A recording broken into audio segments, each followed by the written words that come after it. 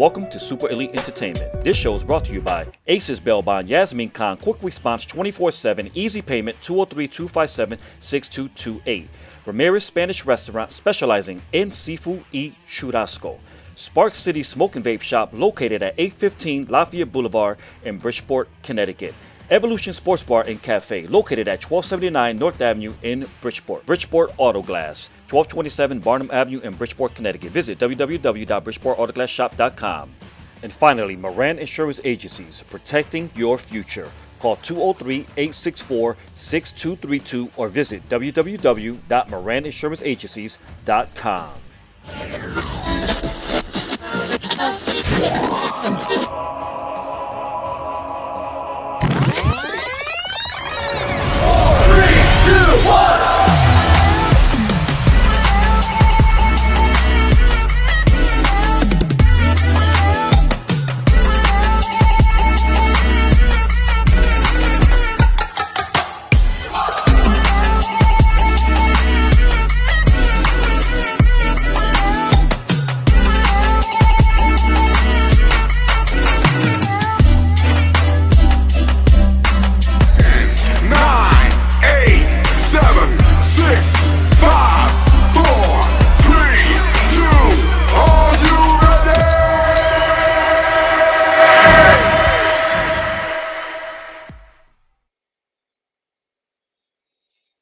You guys, welcome to Live with Jason Rodriguez. I'm the host of this show tonight, and we're broadcasting from the Super Elite Entertainment Studio, which is right here in downtown Bridgeport. So tonight's going to be a little different than the Tuesday night show that I usually do, where I bring to you an influential person and I do an influential interview with that individual from anywhere throughout the state of Connecticut. Tonight is part two of a continuation of a conversation that we've been having. The first broadcast we did was last Thursday, and tonight is a continuation. Tonight is part two of a subject that's taking place here in the state of Connecticut. Legislators and politicians and city council members, specifically in the city of Bridgeport, Connecticut, they all have come together, and when they're trying to pass a banning different types of menthol, nicotine, and also vaping products, is a bill which I believe is called 326, the 326 bill here in the state of Connecticut that they are trying to pass, and trying to put regulations and there's already regulations, but they're trying to ban these types of substances that a lot of people depend on here in the state of Connecticut. And tonight I have Mr. Rich Marianos, who's going to be joining us momentarily via satellite, but also I have Ahnaf, Zaman, who's the owner of Spark City Smoke and Vape Shop here in the city of Bridgeport, Connecticut. He's here in the studio with me, sitting on the hot seat, and we're going to jump into this conversation. We're going to be talking about all the different things that are going to be, what we can expect if this ban goes into effect, what we can expect the impact and the consequences on our community, on our revenue, on our economy, and also on the lives of the people who depend on these products. So what I'm going to do right now is I'm going to take a quick commercial break. When I come back, I have Ahnaf Zaman joining me, and also Mr. Rich Marianos, former ATF agent. Also, he is a professor at Georgetown University in Washington, D.C. He will be joining me via satellite momentarily when we come back from this commercial break, you guys. Don't go anywhere. Please share this live broadcast into your timeline, especially upload the link and send it to your friends, your families, members, and so they can jump in and join the conversation tonight. We'll be right back. Welcome to Spark City Smoke and Vape, located at 815 Lafayette Boulevard, Bridgeport, Connecticut.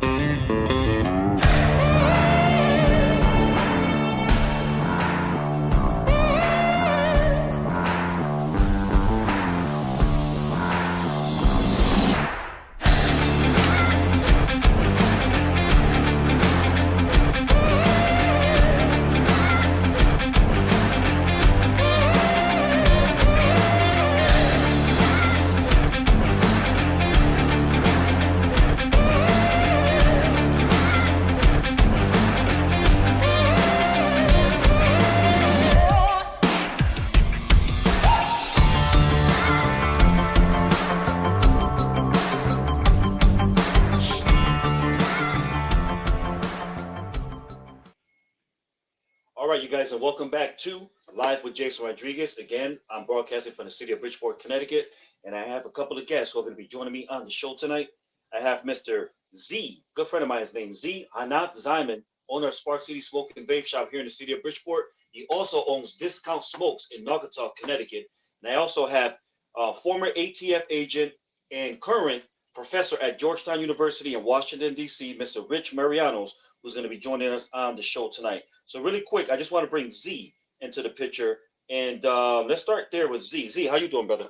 Doing great. Thanks for having us here again. Absolutely, man. So as you already know, this is part two, a continuation of very important topic. Very, very important topic. It involves a lot of people. It involves the livelihood of a lot of people. Absolutely. So what we're going to do is we're going to bring Mr. Rich Mariano. He's going to join us right now. If I could just get him onto the screen here. And that's right. Rich, how you doing?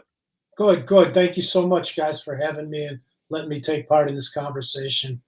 Like Mr. Zaman said, very, very important, and it affects everybody in the entire state of Connecticut, both local, county, and the state's budget. So, yeah, I'm ready. Let's go.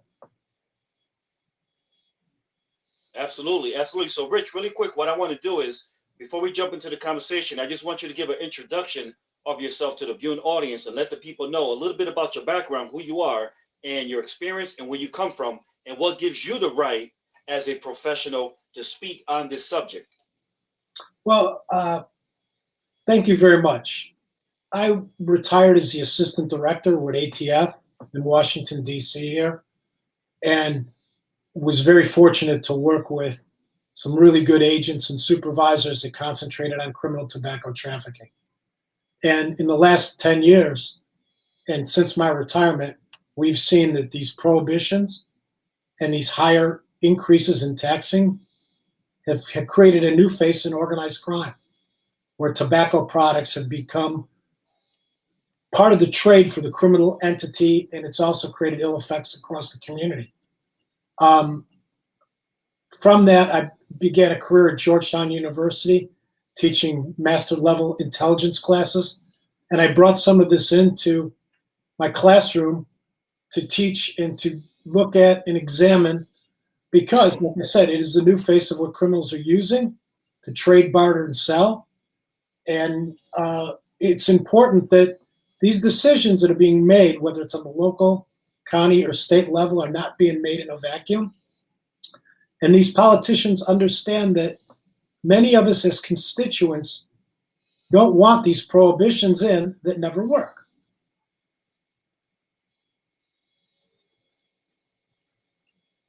Absolutely. And, and that's the reason why we're here tonight, so we can talk about all these different subjects, because a lot of people are concerned, especially those who depend on these types of substances. And not only that, but I'm concerned because Z, Mr. Ahnaf Zaman, personal friend of mine who owns Spark City Smoke and Vape here in the city of Bridgeport. He owns Discount Smoke in Naugatuck, Connecticut. His store is based and built on the product that they're trying to ban here in Connecticut. I mean, if anything, 60, 75, 80% of his income in his establishment comes from these type of substances that they're trying to ban. And it's not only him, but we're also concerned about all the other local establishments, whether they're gas station, mom and pop stores. We're also concerned about the community and the citizens in the community who depend on these types of substances. And I'm looking at a question that someone just wrote on Facebook right here. A gentleman named Elozo Dominicano. He's saying, we want to know why they are banning flavored nicotine. Let them ban alcohol too, if they're going to ban the nicotine. So what's your take and what's your response on that, Rich? You know what? I wish I had an answer of why, we don't ban gasoline, because when we go to a gas station, we inhale dangerous vapors there. The person on your Facebook question has, it's a great question that I wish I had the answers to. All I can, say if I go to it is this is an adult product that trying to put a prohibition on does not work. Prohibition has never worked. Prohibition was one of our biggest problems in the 1930s, that they had to repeal the Volstead Act. And This is not a case where are kids getting it? Yes, through different means, but it's an adult product. It's not a children's product. And we have to understand that there are several ramifications when you put in a prohibition. Now, the state of Connecticut stands to lose over $140 million a year by putting a prohibition on these flavored products. And if I'll give you my check from the university, Jason, if you can tell me where they're going to come up with that money when these days so many small businesses are going out of business because they can't keep afloat. Tax revenue is down more than ever. Kids aren't getting the school supplies they need. Police departments are suffering to greater extent than ever before. And a silly ban, a local ordinance that they think is going to change a product that has been in commerce for 80 years is going to work. It's just ridiculous. And the sad part, and I know that a lot of your viewership doesn't understand what's being done behind their back that can lead to so many dangerous ramifications. We can go on and on. Right now we talk about police reform. You put an ordinance like this in place, you're going to cause law enforcement to have to interact with community members in a negative fashion. All right? And we're trying to build good rapport with our community so they cooperate with police. And now we're going to have them out there enforcing a silly ordinance that was never there before. And to Z's point, he has a legitimate business that follows the rules, that obeys the law. And now you're going to bring in a criminal market because people are not going to stop smoking. All the studies have shown that this does not affect any city, state, county, anywhere where people stop smoking. Only criminal trafficking comes in. It's an example of New York where almost 80% of their product is illegally trafficked in. But people who suffer are, again, and I'm going to defer to our friend Z, who's right here, that good businesses that follow the rules, that do everything right, that create an environment for an adult product will be the ones suffering. His business suffers. His employees suffer. Their friends suffer. And it's a cascading effect that I don't think your viewers or your audience understand, that these politicians are making decisions on the back of all of us that are causing more problems than are worth.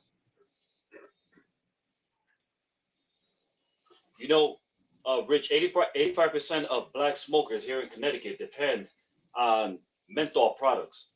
And that's one of the things that they're trying to ban. Would you say that's a form of discrimination? I mean, how can you just tell a certain population, we're taking this from you and you're not going to be able to smoke it anymore? Now you're going to have to go to the streets and cop it like you're copying crack or heroin or cocaine. Well, yeah, that's a problem because it becomes a criminal environment. In terms of discrimination, anybody that smokes a menthol is now discriminated. Just imagine yourself, Jason, if you go into a grocery store and you ask for a pack of menthol and I want a pack of regular and they serve me and not you. Okay, that's in essence, what is going to happen here. Okay, so whoever the smoker is of a menthol product, whatever their preference is becomes the discriminatory class. And, the biggest thing that I concentrate on with my law enforcement background is the creation of crime. When you start bringing in this illegal product, it is lucrative for gangs, it's lucrative for organized crime, and even terrorists have become involved in the trade because there are street corners now that are selling Lucy cigarettes because of either the bans or the high taxes for $2 a piece, where they're making $5,000 on a street corner, or they're traveling to Virginia with $30,000 in their pocket, purchasing at the big box stores $30,000 worth of menthol products and driving it up to Connecticut, making $300,000. That's more lucrative than crack, as you talked about. That's more lucrative than selling guns. That's more lucrative than selling heroin. But the politicals, they don't see it as that. They're more concerned about perception rather than what is actually happening out there.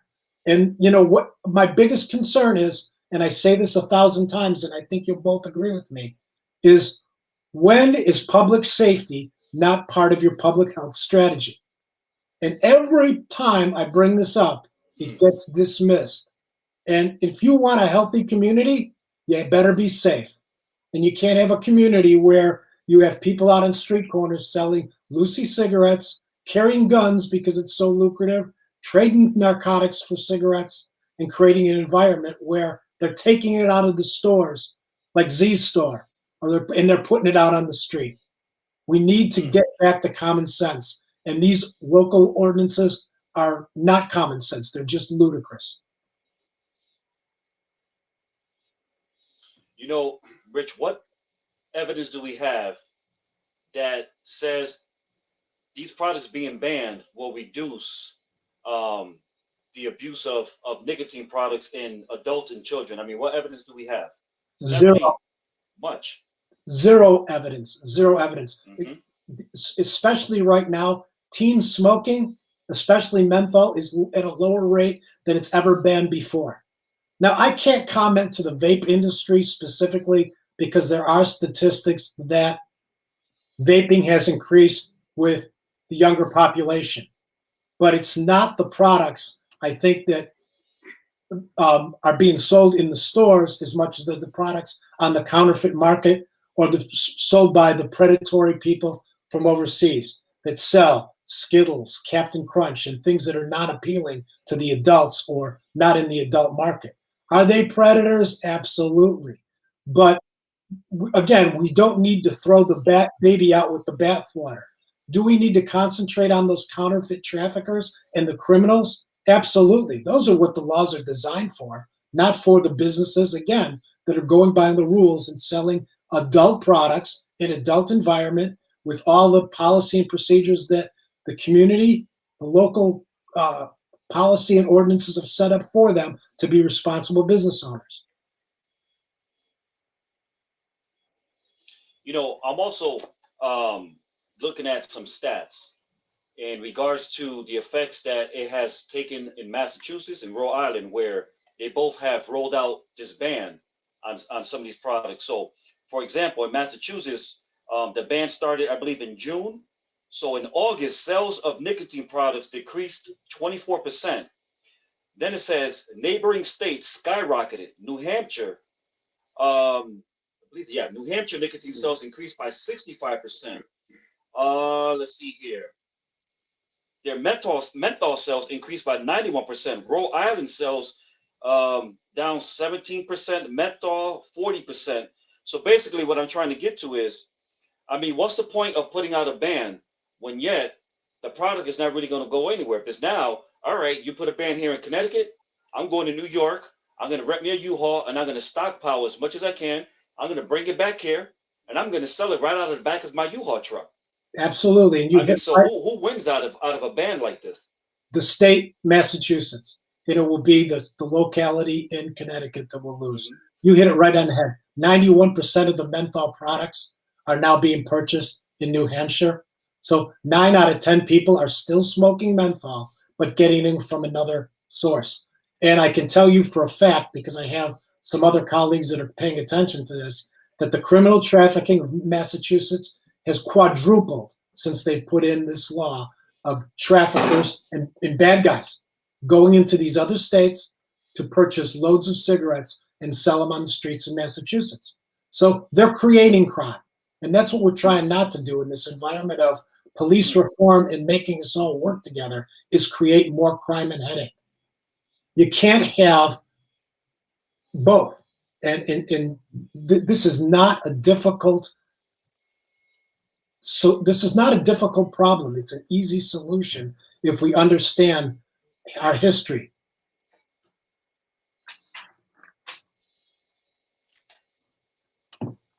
Absolutely. And I'm just, taking into consideration all the years that these regulations have been in place. I mean, it has worked. People have been held accountable who violate certain laws, buying products and giving it to younger people. I mean, I think that it has worked, and we should just, stick with what has been working, because got to really think about the consequences that this ban is going to have on our community, is going to have on people's lives, is going to have on our revenue, on our taxes.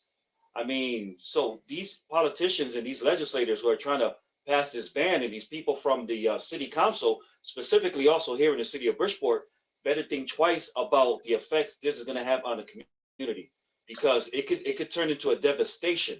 And I don't think that they're thinking about that. They're just, you know, trying to come up with a quick fix, with a quick resolution. It's not gonna go down that way.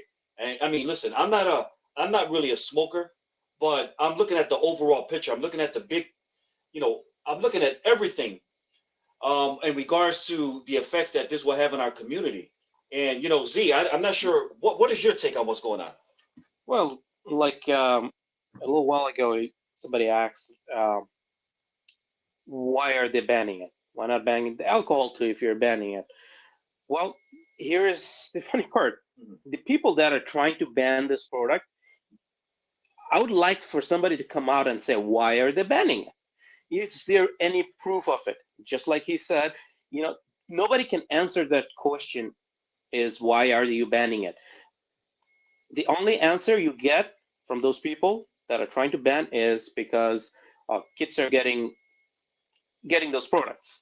Well, we are the gatekeepers for those laws and regulations that are in place, and that's our responsibility to check their IDs. If somebody there is coming which is over 21 and buying the products and giving it to somebody else, or if there's parents buying the products for their kids, well, we cannot control that. That's up to them. We cannot control 100% of the people. And the stores that are selling them, well, that's the state's job. That's why they have enforcers. That's why they have laws. That's not my job to see what other stores are doing. That is their job. They should send people more often to see if they're selling to kids underage, or selling illegal products, or selling loose cigarettes. There are other matters you can really look into to fight this. Just like you said, this is an easy way out. All right, let's just ban the product instead of working for it. Yeah. And let's just take this away from people. That way we don't have to worry about the product itself. But that's not the way. If you ban a product, if you ban the things they're trying to do, I can guarantee half the stores are going to close. I know there are stores that already closed. Just in Milford, a friend of mine who has 3 vape shops, Milford, Oxford, and Derby. He closed all 3 of his stores last month. Wow. Because he was like, I'd rather get out of this while I'm ahead instead of going bankrupt after 6 months. Wow. And I'm looking at you, Z, as a business owner. You're a concerned citizen, but also a concerned business owner.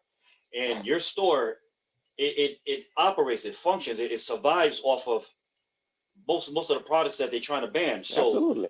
It's not only you, No. but there's a whole lot of you here in Connecticut alone who are in the same shoes you're in. Absolutely. You're at risk of losing your livelihood, your business, your revenue. So I mean, when it comes to the ban, Z, I mean, how much would it affect your business?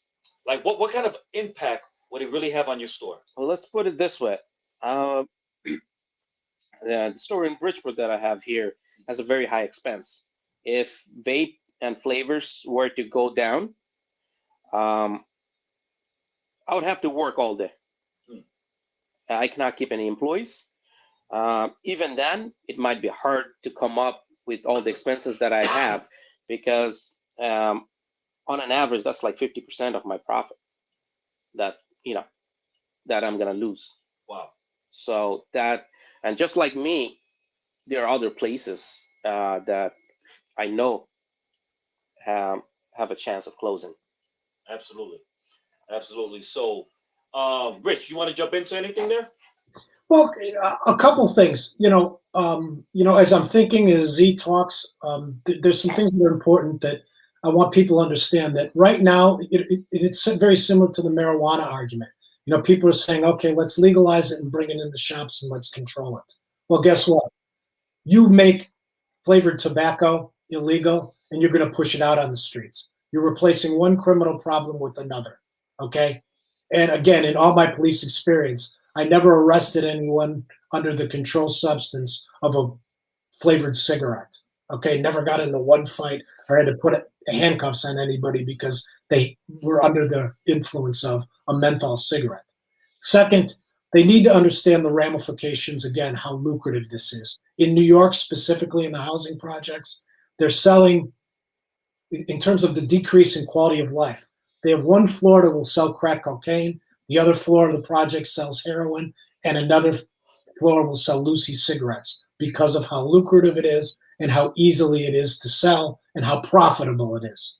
And then finally, well, two other points, and then I'll be quiet. Currently, you have the Truth Initiative of Connecticut, and this is important, and this is what needs to be brought up. That they have spent $0 in terms of education and training our youth on the use of tobacco products in their history. Okay, so all these politicians that are speaking about how important it is to train everybody and to educate them on the dangers of tobacco products, the Truth Initiative of Connecticut has not spent $1. That's a fact. Where is that money going? Okay, and I don't even know where I wanted to go with the next point. I have so many, and I don't want to take up all your time. But you know, the truth of the matter is it's That's totally fine. It's a quality of life issue that we're trying to address, and people need to understand that it's a lot more than just a flavor ban.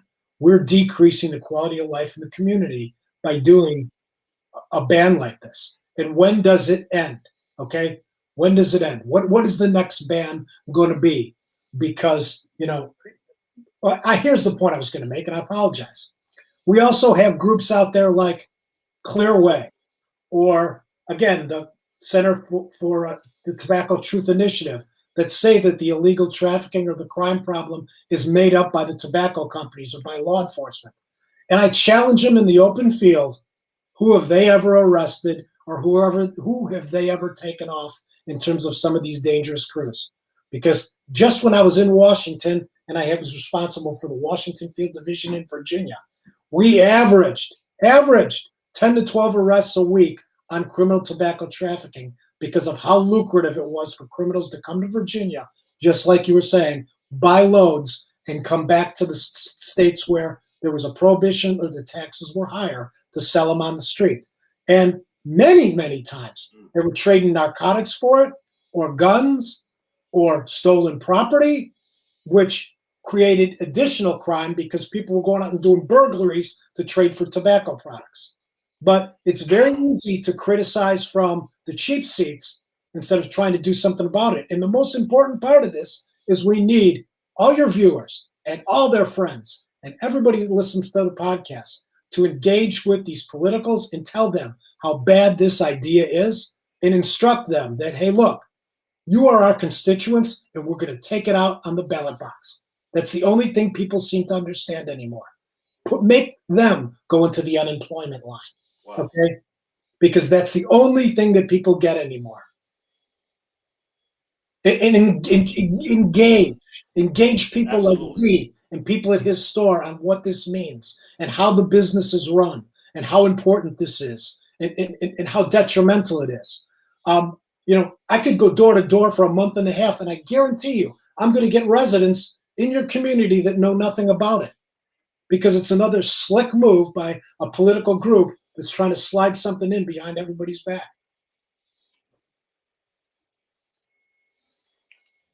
Absolutely. And really quick, what I wanted to do is I wanted to acknowledge some of the people that's watching on Facebook, because I got a gentleman here who is saying, Eloise Dominicano is saying, let them tax the flavored tobacco, but don't ban it. We have no problem paying our taxes for it. Wanda Flores is saying, she's saying Connecticut loses and neighboring states win. It's absurd and creates crime. This affects much, much more than menthol smokers. Enforce the law. Prohibition is and will never be the answer. And then someone else, Anna Cecilia, is saying, interesting. Why haven't they ever banned cigarettes?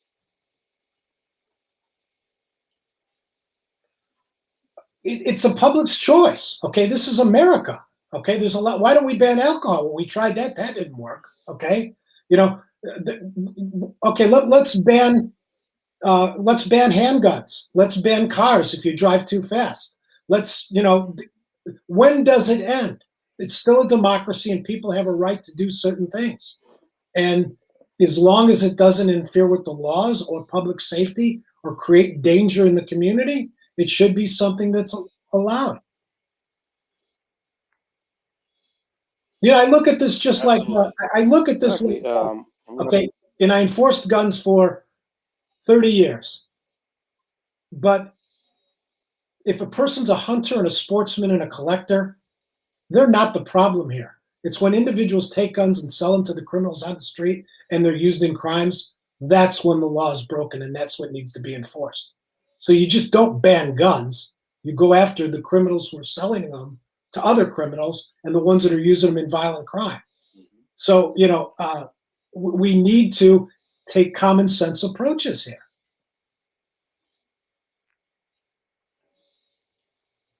That's right, and I totally agree with you. And before we let you go, Rich, first of all, I want to thank you for the opportunity of you coming on to the show. But your final words to the viewing audience that's watching live right now in regards to the approach and response of this ban that they're trying to pass here in Connecticut. What would your final words be at this time? Before this vote even begins, before the city council opens the meeting, everybody needs to contact their representative. Everybody needs to call into their offices. Everybody needs to send letters and put the political pressure on them that this is a bad idea, not only for the city, but for the county and for the state. And we don't want what is happening in Massachusetts now to happen to Connecticut. And exercise our personal right to have that voice. Absolutely, absolutely. Well, Rich, I truly appreciate the opportunity of your willingness to come onto the show. I know you have a busy schedule. You're way out there in Washington, D.C. You're involved in so many different things. And you're also a professor at Georgetown? Yes, sir, Georgetown. Yep. And yep. And yeah. So definitely, we truly appreciate you willing to come on here and to help us out here in Connecticut and to support what we have going on here, because this thing is a hot topic. It's something that, if it goes into effect, is going to impact our economy, our community, and lives. And we're just hoping that these people come to an understanding of making the right decision that most of the community want them to make, which is not to pass this ban here in Connecticut. But again, thank you, Rich, for coming on to the show. Gentlemen, thank you so much. It was an honor and a pleasure, and let's stay in touch. Thank you, Rich. Take care. Have a good evening. You too. Thank you.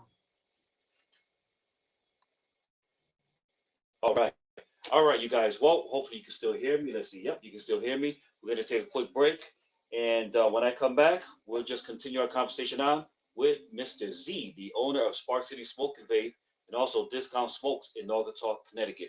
We'll be right back momentarily, guys. Don't go anywhere. Thank you for your support. Without you, we would not be able to do what we're doing right here, right now at the Super Elite Entertainment Studio. We'll be right back momentarily. Welcome to Spark City Smoke and Vape, located at 815 Lafayette Boulevard, Bridgeport, Connecticut.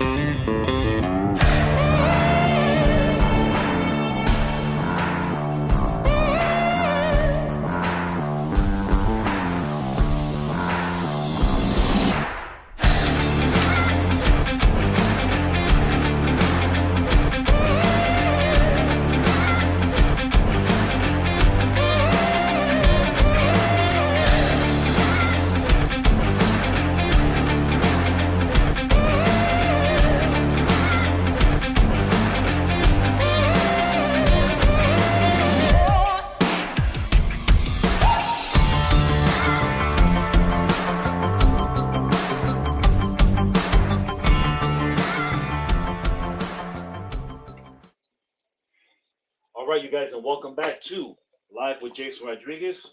I'm here in the studio with a good friend of mine, personal friend of mine, someone I love dearly. And Z? You just cannot say the name. That's the only thing. Ahnaf. His name is See, you already messed it up Zaman. again. Come no, on. no, I did not mess up your name. You always say Ahnaf. It's Ahnaf. Ahnaf. Ahnaf. There we go. Zaman. I don't know where the H comes We're from. gonna stick to Z. Hey, Gio, stop laughing. He's over there with Lola laughing about what we have going on here. But let me just fix the camera right here. I want to make sure that everything is working properly. But Z, we have a big concern that's taking place here in the state of Connecticut. As you already know, Absolutely. they're trying to pass Bill 326, banning 70% of the products that you sell at your store. Pretty much everything except the regular cigarettes. And the bag of potato chips and the drinks that you have. Yep, absolutely. So, if you have a car shop, it's like, no, you cannot sell the cars, you cannot sell engine. All you can sell is the tires.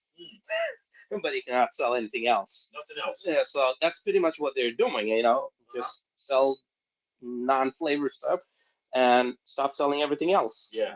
So, a lot of people think it's just going to affect, vapes and cigarettes. No, it actually, the next thing they're going to do is with cigars. Yeah. And Massachusetts already did it. I don't know if you know much about it. Massachusetts, like a lot of cities, have their own rules that says, all right, this city can sell these things, this city can sell these things, and nothing actually works in action. People just go to the neighboring cities or the states to get whatever they need. It doesn't make any difference. And I'm going to tell you why it doesn't. I got a buddy of mine who owns a liquor store right on the border of Massachusetts and Connecticut. He used to sell, liquor stores don't usually sell much cigarettes. His weekly sales for cigarettes was 3 to 5 cartons.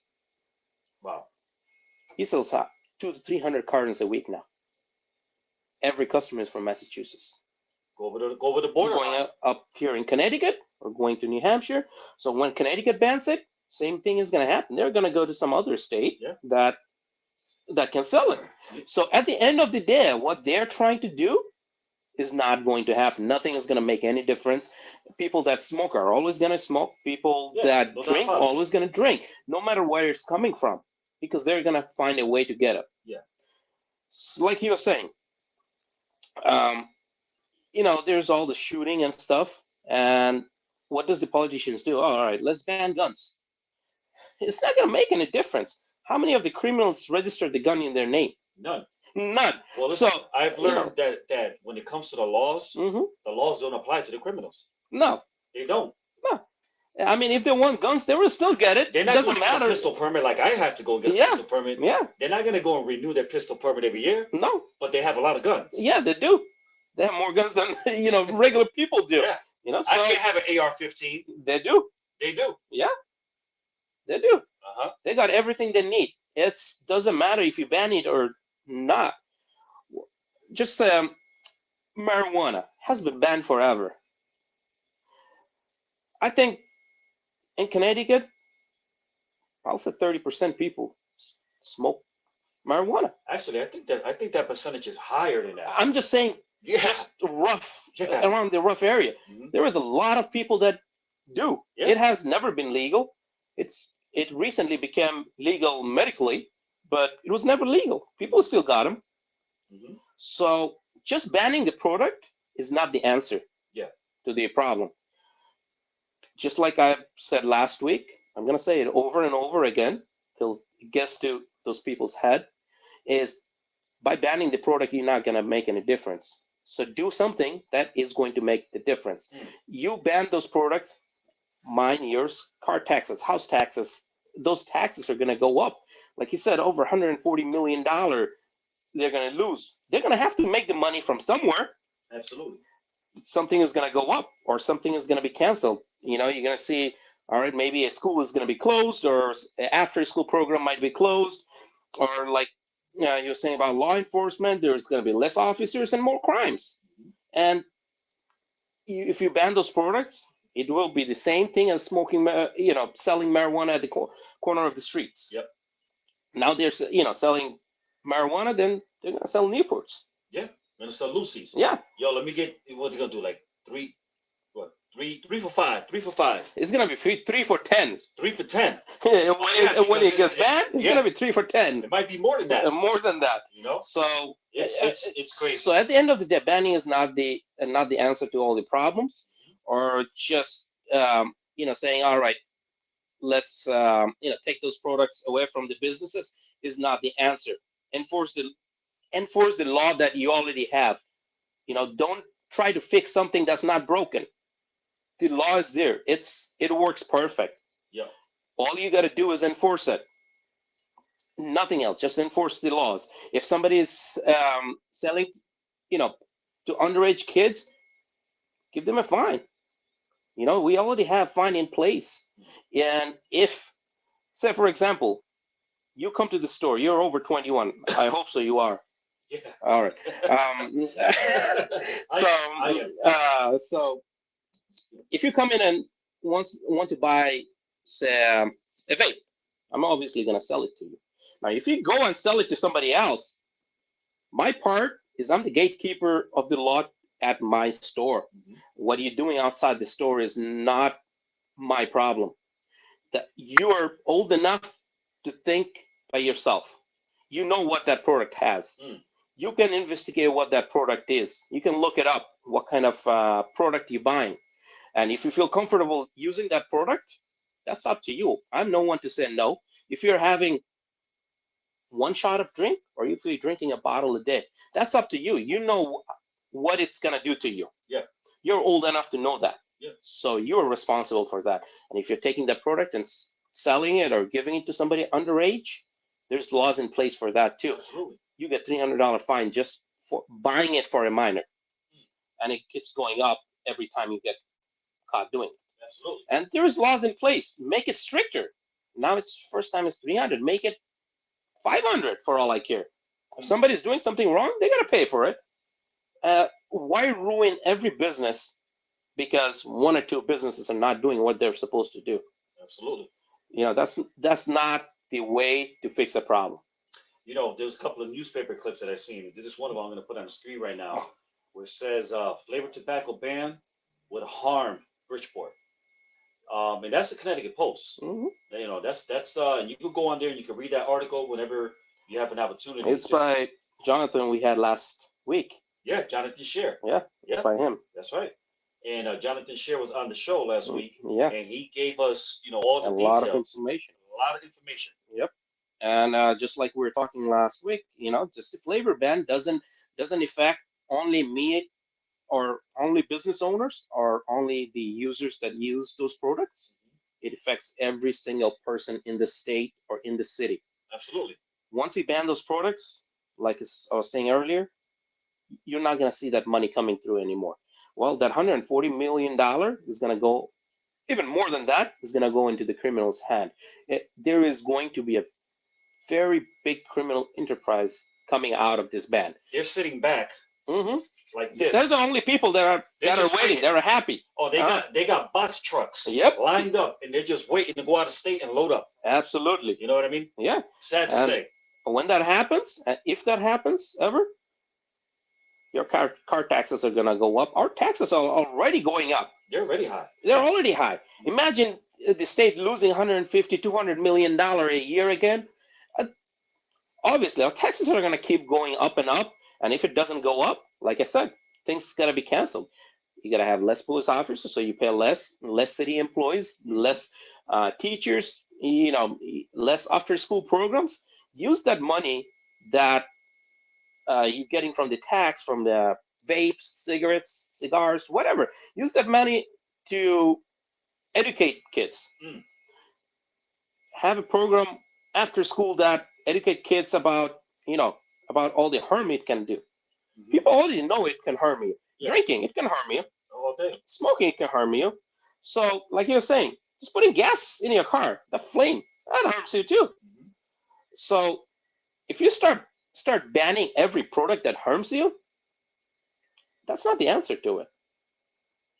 So, And really quick, Z, what I want to do is I want to throw up the flyer on the screen right now because there's a barcode on that flyer. Yes. And if you're not able to scan with your phone the barcode when I put it up on the screen, you can always go onto my site, whether it's Super Elite Entertainment page. You can go on to Spark City. Spark City Smoke Yep. and Spark City Smoke and Mhm. Vape Shop page. Mhm. And this flyer is on there, guys. All right. If you go on there and you scan where it says scan me, you'll be able to get all the information in order for you to take action in regards to the ban that they're trying to put into effect. Right there, it says contact your legislators by pointing your phone camera at the Q and R code on the right. So scan that, and you'll be able to reach out to the people who are trying to pass this ban. You know, we want to stand up. We want to make our voices heard. And right there on the top, it says stop the ban on menthol, mint, and wintergreen nicotine products in Connecticut. Right now, the Connecticut General Assembly is considering a ban on the sale of these products. We need to act today to let them know that you are opposed to the overreaching legislation. All right. It only takes a couple minutes to do that, and the more people do it, the more it helps us, the business owners, and helps everyone at the same time. Because if this goes through, there's going to be a lot more crimes. Just like you were saying earlier, like he never arrested somebody that had a pack of menthol. Yeah. And what's going to start happening is, what's happening all over the U.S. is pretty much every police department, every city, every county, every town is, trying to have a better relationship with the neighbors, with the neighborhood, with the city, with the citizens of that city. And if this starts happening, there is just one more problem that is going to come up. If you start, just imagine if you start arresting people or giving tickets out to people that are smoking menthol cigarettes. Imagine what's going to happen to the regular citizens. What people are going to do. It's going to be a mess. Yeah. It's going to be very bad. Yes. So at the end of the day, I'm going to keep saying this: banning is not the answer. Make the law harder. Enforce the law. Mm-hmm. Hire more enforcers. Why are you putting it on business owners? You got people.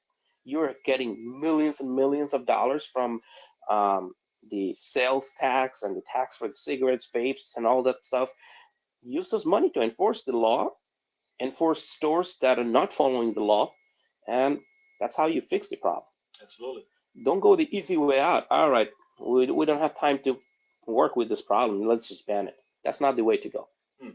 And if that is the way to go, then why are those people trying so hard to make marijuana legal?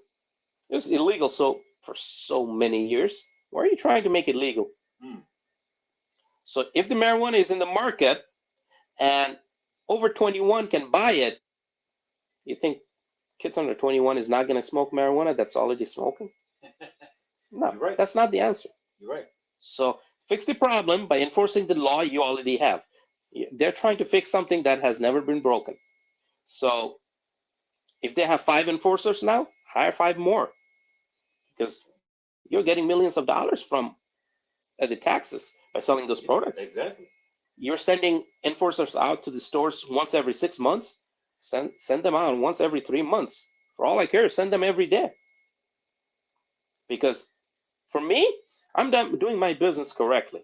Why do I have to suffer if out of 1 million stores, 5 don't follow the rules? So, Absolutely. keep up. If somebody's doing something illegal, keep up with it.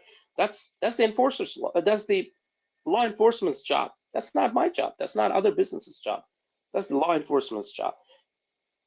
So that's about it. All right, man. Well, Yeah. Listen, I think tonight was productive. I think we had a good time. Absolutely. I want to thank Mr. Rich, and I forgot his last name already. What was his last name? You remember? Mm-hmm. Huh? What is it? You don't say it. remember.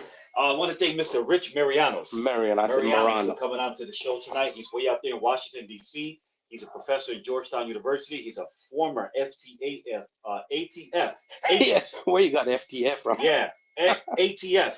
Mm-hmm. All right, agent. And I just want to thank him for coming out to the show, because he didn't have to do that tonight. No. but he took time out of his Absolutely. busy schedule to come out here and Mhm. to Support explain us. the ramifications and the effects Mhm. that this ban will have on our community. Absolutely. But Z, thank you as well for coming out to the show. You're welcome. And Anytime. yeah, you know, you already know that this is your home, so you can come out here anytime you want. But yeah, anything else you want to say before we get out of here? No, that's about it. People that are watching, please scan that barcode. Yeah, let them know that how you feel, obviously. And I would like to remind everyone again that just banning this product is not it's not only for us business owners, but it is going to affect the general public. Every citizen in the state is going to affect, because if you're paying $500 in car taxes this year, if the ban goes through, it might be $1,000 next year. So just keep that in mind, and support your local businesses. And everyone have a good night. All right. Well, Z, thank you, brother. Appreciate it, man. And you guys, thank you so much for tuning in tonight. Again, I'm your host, Jason Rodriguez. And this is, well, I was going to say this is a show we do each and every week, but this is not a show we do each and every week. Tonight was just an open conversation. And we were just, we came here to talk about the ban and the effects that it would have on our community, on our revenue, on our taxes, on just everything, on civilization and lives. Mhm. If these products are just ripped out of people's hands and you're told that you can't have it anymore. But, I'm looking at the timeline here, and yeah, I see you, Wanda Flores, laughing at me because I forgot Rich Mariano's name. I forget I think everybody's name. I think she already knows that you forget everyone's I forget name. everybody's name. What was your name? Your name is no. Your name is no Gio, right? No, Oh man. his name is Neo, the new car company. Oh, his name is Neil. All right, you guys. Well, thank you so much. Big thank you to Rich Marianos for coming out to the show tonight. Thank you, Z, for coming out to the show. And you guys, again, the barcode, that flyer will be on my Facebook page. It'll be on Super Elite Entertainment. It'll be on Discount Smokes, and also on Spark City Smoke and Vape Shops Facebook and Instagram page. So make sure you go on there, scan that barcode, so that you can reach out to these different politicians and make your voice be heard. I think I'm out of here. I think I'm done. We're back next week, Tuesday night at 8 p.m. Wait a minute, Gio, is that you and me? No. It's not you and me. No. So who? Oh, wait a minute. We have Rocco, the boxer. That's right, right? The boxer. Okay, so we have Rocco. That's right. Who's a former boxer. He has an amazing gym called Heavy Hitting Gym in Stamford, Connecticut. He's going to be here in the studio with me, and we're going to have a blast. So make sure you tune in next Tuesday night at 8 p.m. Then the following Tuesday, it's going to be Jason and Gio. All right, and we got some amazing things in store for you guys. I guarantee you, when you tune in for that show, Jason and Gio, you guys are going to have a blast. You're going to laugh a whole lot, because we're going to be coming hard with what we have in store for you. Thank you guys so much for tuning in tonight. Share this live broadcast into your timeline. Send it to someone who you know is or isn't a smoker, but supports what it is that we're trying to accomplish here in the state and also in the city of Bridgeport. God bless. We'll see you Tuesday night at 8 p.m. Take care, guys.